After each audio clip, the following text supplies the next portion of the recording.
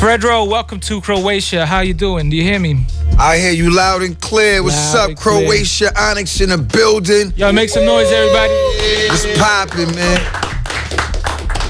Awesome, man. I want to start this interview just by saying you have left quite a mark in Croatia, not only performing numerous times in numerous cities, not just the capital, always a banger.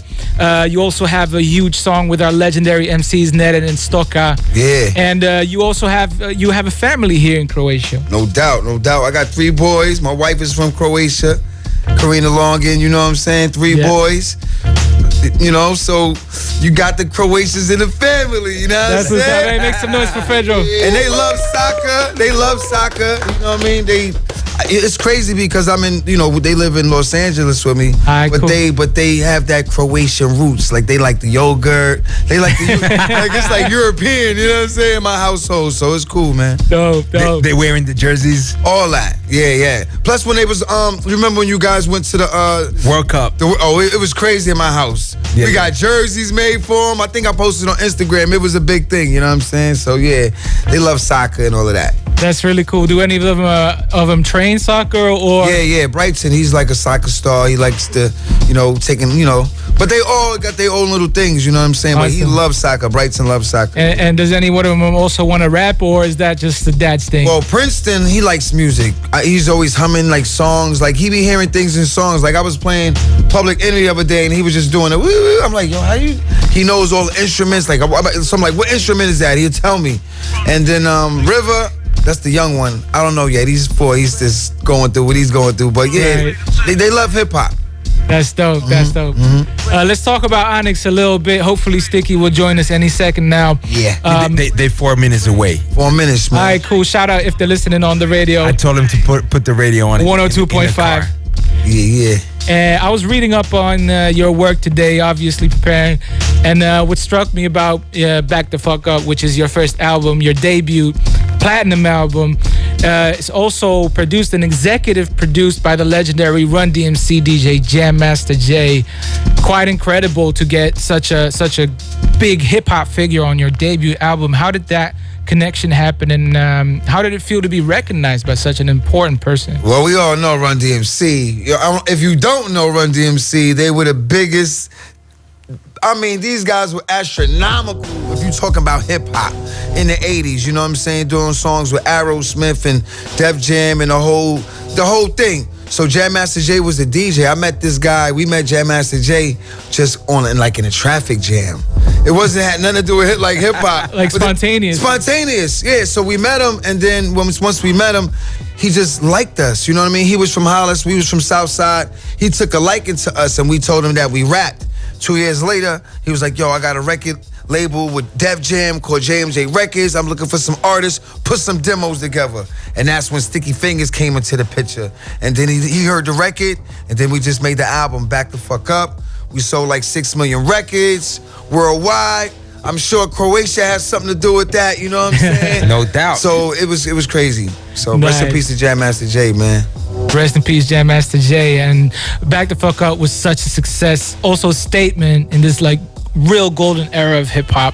The biggest record on that album is Slam. Slam is so big, it's not even a song, it's an anthem. Yeah. That's the first comment you will find on YouTube as well. People call it an anthem. Yeah. And does it even matter? Doesn't even matter where you're from, what age you are, where you hear this song. When you hear Slam, you want to slam everything around you. So what's the story behind that song? How did it come about? Man, Slam was, the inspiration came actually from a lot of different things. I just can't say one thing, but I do remember watching Nirvana had a video called Smells Like Teen Spirit. And Right. we were we was doing the last of the Back the F Up album. There was Leo Cohen, he was like, yo, you guys need a radio record, you know what I'm saying? So Mike Kaiser, all these radio guys are like, yeah, Dr. Dre, these guys got these radio records, what you guys gonna do, blah, blah, blah, blah. So we like, yo, what we gonna do? So we said, you know what? We gonna bring slam dancing into hip hop. And slam dancing, for those who don't know, is a style of dancing. It's a style like of dancing, mosh pits, people jumping off the stage, you know, that whole kind of like, but see, like I said, Run DMC, Beastie Boys, they already tapped into that already before us, but we made it a Hardcore. record. Yeah. You know what I'm saying? We made the record of it. They made the movement before us, of course. Walk this way, talk this. They already combined rock. Rick Rubin was already doing his thing with the guitars, producer for LL, but we put slam in the game. That's why today it's the biggest record in hip hop. It's definitely up there, definitely. And I saw a clip the other day. Phillie actually posted it. It was you guys performing 3 years ago at Exit Festival in Serbia, real close. Yeah. And just seeing you guys, even 30 years after Slam came out, just everybody's wild on the stage, behind you, in front of you. Obviously, you're on the main stage. How does that feel? Yo, you know, being in this game, and like I said, hip-hop lasts forever. You know, I see guys like Grandmaster Flash and Melly Mel still doing it. Yeah. And these guys were doing it way before us. So they are my inspiration. When I'm on stage, I get whatever the crowd give me. It's like the reaction is real. If I see the crowd giving me the reaction I need, it goes back. That's the spirit of hip hop. It's in the room. It's in the atmosphere. You know what I'm saying? And we give it back after 30 years, 40 years. 50 years, we gonna keep doing this till we can't do it no more, you know what I'm saying? and that's for real. That's the real. I gotta say though, you guys are in great shape, to be honest. Yo, you gotta stay in great shape when you got little kids running around your house, you know what I'm saying? I gotta chase these kids around the crib, you know, soccer practice. So, you know, you gotta stay mentally sharp. You gotta worry about your health. You know, rest in peace to a lot of people in here, man. We've been doing this for a long time. I feel like we're survivors of hip-hop to still do it. And if you're surviving hip-hop, let the people enjoy it, because that's what we're here to do, bring the spirit of hip-hop. That's what's up. Make some noise for Fredro.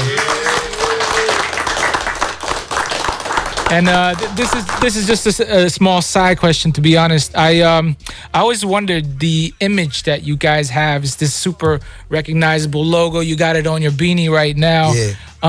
Always dressed in all black, shaven head. Is this something that came spontaneously? Like, what was the thought process behind this, like, very, very recognizable image that you have? Well, like you said, we got the Mad Face logo. You already know what that's about, man. And that logo was just, we was just in a barbershop one day and we just drew the logo. Like, real simple though. It wasn't like this. It was just like a kid drew it. And we grew to it because a lot of things was going on in the world. We was living in Southside Jamaica, Queens. We had to go through like the crack era back in '86. Our hood, the ghettos was terrible. You know what I'm saying? We had to navigate and figure our way out. And becoming a teenager at 17, 18, going through that, we just formed a style. And then looking at the guys on the block, they was rocking Carhartt suits and they was rocking the 40 below Timbs, all the drug dealers around the neighborhood, you know, the Supreme teams and all of that. We was looking at how they was dressing. They was rocking the camouflage, you know what I'm saying, Carhartt jeans and all that. We was just wanted to look like them. You know what I'm saying? We just put it in our own way, and then we shaved the hairball, came with that look, you know what I'm saying? Because we was just rebels, you know? We felt like we had an army. So to be in our army, you had to cut your hair off. So everybody that was in our crew, not even just me, Sticky, Big DS, rest in peace, and Suave, everybody was bald. If you wanted to be down with us, you had to, it's like an army, you know what I'm saying? You ain't see no dreadlock dudes hanging with us like you do today. They were close by though, Lost Boys. Lost Boys, yeah. Lost Boys. We went to school with Lost Boys. Nah. If you know about the Lost Boys. Yeah, Jamaica, Queens, exactly, right? Exactly. You know what I'm saying? Like Mr. Cheeks. Mr. Cheeks, rest in peace, Freaky Ty. You know what I'm saying? Spig Nice. Lou. Just came home, Big my Lou. man. Pretty Lou. Pretty Lou. Pretty Lou. Pretty Lou. You know what I'm saying? People don't even know. I used to call Freaky Taliki. I'd be like, yo, Freaky Taliki. Wow. Because we used to be in high school together. Yeah. And I guess that was before his name was Freaky Ty. So maybe I don't know. I kept going, yo, Freaky Taliki. You know what I'm saying? Because I was a rapper. So it's just, that's what I was saying. And then he came out with the name Freaky Ty. So I was like, wow, you know what I'm saying? That's ill, rest in peace.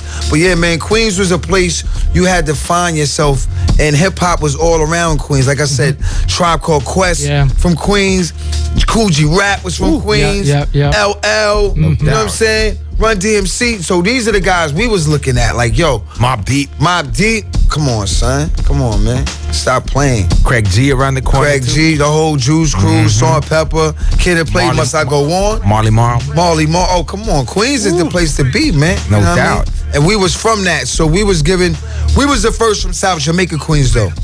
We put South Jamaica Queens on the map. Where they beat you up and take your jeans. South Jamaica Queens. Shouts to Ali Vegas. Shout to Ali Vegas. one of the best, too, from Queens. He's ill. He's ill. You got Royal Flush. Woo. Capone Noriega, Mike Geronimo, Ja Rule, Large Pro, 50 Cent. You know, everybody's from Queens, different parts. And most of the time, we all do get along. You know what I'm saying? In hip hop, and that's ill. Queens get the money. Organized Confusion, Pharaoh Monchina. Oh, I love that. I love that. So we got a lot of Queens dudes, man. Who am I missing? The bar is so high. Consequence from Queens. Yeah. Yes, sir. Wow, man. It's so many people, man, from Queens, New York, B. We can go on. We can go on. We mentioned Nas. You can't forget Nas. He's like the king of Queens. You know, man. Top 5. Yeah, we mentioned Tribe for sure. Yeah, definitely. Yeah, man. Crazy. You mentioned all these names. It's just the bar is so high in your era. By the way, Infinite, new Mobb Deep album that came out. There's this song that says it's called My Era, and Prodigy says My Era stay GOAT, and he's talking about all these artists, he's naming them. But yeah, just talking about your image as well. It's like, I guess times were really rough as well, so you as young kids were just reflecting what was going on around you. We was just reflecting, man. We know what it was? We had to make a statement to come out at first. Because we saw the industry and we was like, there's no way, the only way we coming in is to kick the door in. We was not stopping, you know what I'm saying? And we had Def Jam behind us. There was no stopping. Like, the first album was like a tidal wave, like a tsunami hit the industry. Everybody wanted to rap like us. They wanted to act like us. They wanted to if you go in every corner in New York, when we came out, every rapper on the corner was rapping like Onyx, rapping like Sticky.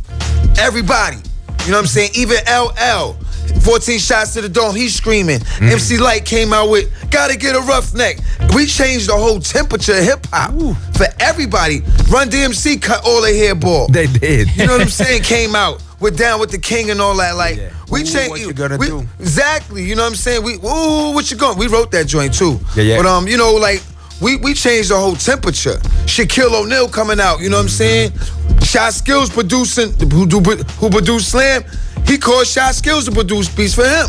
So it was like, you know, we had this thing, not only the raps, but even the producer, the sound. Everybody wanted It was a wave, man. You know what I'm saying? Similar to Das Effects when they came out. Right. And everybody was on Das. Yeah, we wanted to kill Das Effects. not like physically. Competitive. Yeah, we was looking at them like, yo, we gotta get these. We gotta be better. We gotta be better. Yeah. Exactly. Naughty by Nature. We gotta get them too. Cypress Hill. We gotta get them too. And you did. Damn sure did. On the record, you know. But everybody, and that's what's so good about hip hop, because we can be competitive, and it's like basketball. Yeah. You can go on the court, go hard for an hour, get slam dunk on, posterized, and be cool. You know what I mean? It's a sport. That's what rap is. Yeah, 100%. That's all it's supposed to be. Nothing less, nothing else. Now we make it more than that, you know what I mean? With the nonsense, we ain't got to do all that. Because when we came up, we got along with everybody. Yeah, we got along with Wu-Tang. We got along with this group. You know what I'm saying? It was a respect thing. 100%. I hear that a lot, and especially now some years have gone by. Like I hear the same message from a lot of your peers, and it's interesting to see like how you guys overcame all that. But what's the issue actually in those times? What was kind of seeding this kind of, hey, was it the media? Was it all the money that was coming in, the attention? Like what kind of happened in hip hop for there to be so much turmoil? I think the internet had to be a big part of it, because not everybody has an opinion. There's the comment section and this and that. I just think that the art got away from the true original form. Like I said, even now there's used to be 5 elements of hip hop, you know. Rapping, the knowledge. Like, I have the knowledge. That's why I'm talking to you about it. You know what I'm saying? Knowledge is number 1 first. Then you got rapping, which is an art form. Then you got the graffiti. Then you got the DJ. Then you got the breakdancing. Now we have the social media, the podcast, what you're doing, you know, because the biggest guy in hip hop right now is not even a rapper. He's a streamer. You know what I'm saying? But he's representing the culture worldwide. You know what I'm saying? When you look at somebody like I Show Speed, he's not a rapper, but he represents the hip hop culture. You know what I'm saying? And that's the new, you know, a lot of these, look at Joe and Jaded, look at Joe Buttons. These dudes ain't even making records no more. I'm in Croatia rocking tonight. You know what I'm saying? They sitting on the couch. You know what I mean? But that's what I love. I love to feel the audience and travel. But, you know, my podcast coming too, Spirit of Hip Hop. What we doing? That's what's up. Yeah. You better check it out. Yeah. And let's go back to your music a little bit. I still want to talk about your records. In 95, you dropped All We Got Is Us. I feel like in this album, you guys are really finding your own sound, releasing creatively. You're growing, upgrading what you've done with your first album. And fun fact, Last Days was also featured on 8 Mile. And many people would agree that, you know, hip-hop culture peaked in the 90s. How did the shows look back then? Can you recall how the album was received? Well, yeah, shout to Eminem, man. You know what I'm saying? That Last Days beat, which I produced, you know what I'm saying, was in the 8 Mile movie. And I actually went to the movie premiere. I didn't even know it was going to be in the movie. I went to the movie premiere. I ain't have a ticket. I saw Dr. Dre. I was like, yo, Dre, ain't got no ticket, man. He was like, yo, come in with me. So if you look at those pictures, if somebody can really go, if you see the Dr. Dre pictures at the 8 Mile, I'm there. I walked in with him and his whole I sit right there. I'm watching the movie. I hear boom, boom, boom, boom. I'm like, yo, I didn't even know it was in the movie. So that was crazy. But back to your question, the shows back then was so, because like I said, we didn't have the internet. You had to be there or be square. So they was there. I remember one show we was in on a Survival the Illest tour with DMX. We was in New Jersey, Patterson, New Jersey, somewhere, and Newark, New Jersey, somewhere like that. And Last Days came on. I saw the power of what music can do. It was, go on YouTube, if y'all can see that video. Onyx, Patterson, New Jersey, Last Days, they tore that place apart. Crazy. Crazy. Everybody got home safe though. Just want to let you know. That's hip hop. That's hip hop. And then in 80 and 98, you guys dropped Shut 'Em Down, which was like, for me personally, maybe even your biggest album when you're looking at the stars. Like, okay, you had Slam on the first, your big breakthrough and everything, but in 98, you guys dropped Shut 'Em Down, which is star-studded. DMX is on there, 50 is on there, Big Pun and Noriega, Wu-Tang are on there. Lots of big records. You made two Shut 'Em Downs. One is with DMX, one is with Big Pun and Noriega, both hits. So at this point, here's the question. The album is super successful. I'm just giving people a bit of context. Nah, you doing it right. I got you. And so the album is super successful. Yeah. You guys are really becoming big musically, culturally, but at the same time, hip hop culture is shifting as well to something different, something a lot more commercial, a little bit glitzy, flashy.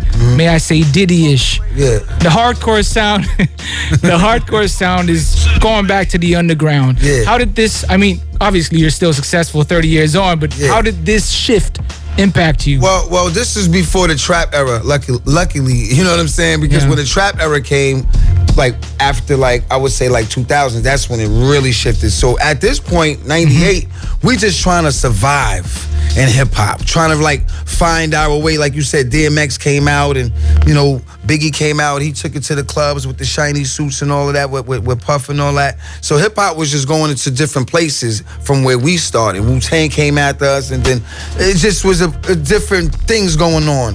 Plus, we was doing a lot of movies too at that time. I was doing movies, Sunset Park, and all of these clockers with Spike Lee, Sticky doing movies. We started getting into the movie game too by 98.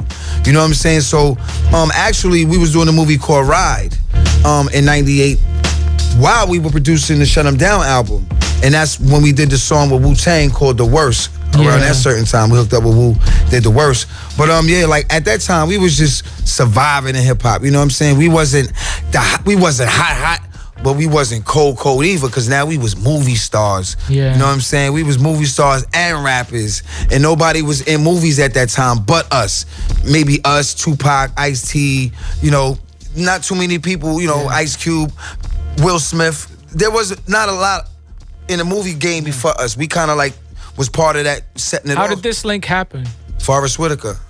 Oh, really? Yeah, yep, the actor, Forrest Whitaker. Of course. He was directing his first movie called Strapped, and he was looking for some actors. I went to the audition with an open audition, never thought about being an actor on TV, none of that. Went in and got the part. And I played my character Bamboo, and that was the start of television. And you know what I'm saying, now I produced my own movie. Years later, I produced my own movie, wrote my own movie, directed my own movie called The Tunnel that's coming out soon. You know what I'm saying? So it's like I said, everything goes back in the 360. Now I'm directing, looking for the next Fredro Starr. You know what I'm saying? Shout to everybody from The Tunnel. You know what I'm saying? The club, the legendary It's club. about the club, The Tunnel, yeah. Legendary Loosely based off that. You know what I'm saying? But it's a true story. You know, a little based off a true incident that happened. So yeah, The Tunnel. I used to be in The Tunnel crazy. For the people from Croatia who don't know, what is the Tunnel? The Tunnel was a nightclub in New York, like late, about that time, like 98. You know what I'm saying? Biggie used to be in there, Tupac, you know, Nori, Gyro, everybody used to be in there. You know what I'm saying? It was like, but it was like a dangerous club. Like you could go in there and get beat up or robbed. But it was just like, the drama of it made it so exciting, because you had different people coming. It was like almost infamous. You know what I mean? Like, but you had to be there. You had to be there. Funk Flex was the DJ. Yeah, Funk Flex, dropping bombs. He was the resident Big Cat. Yeah, Big Cat, rest in peace to Big Cat, man. So, you know, it was just a memory, and I just wanted to write something about the tunnel, because I had an ill incident where I tried to cut through the projects to get to the tunnel, because the tunnel is in Hell's Kitchen. But not only does the tunnel, it's neighbor to a projects. It's so they share the same neighborhood. So it's more based about the tunnel neighborhood, not the tunnel club.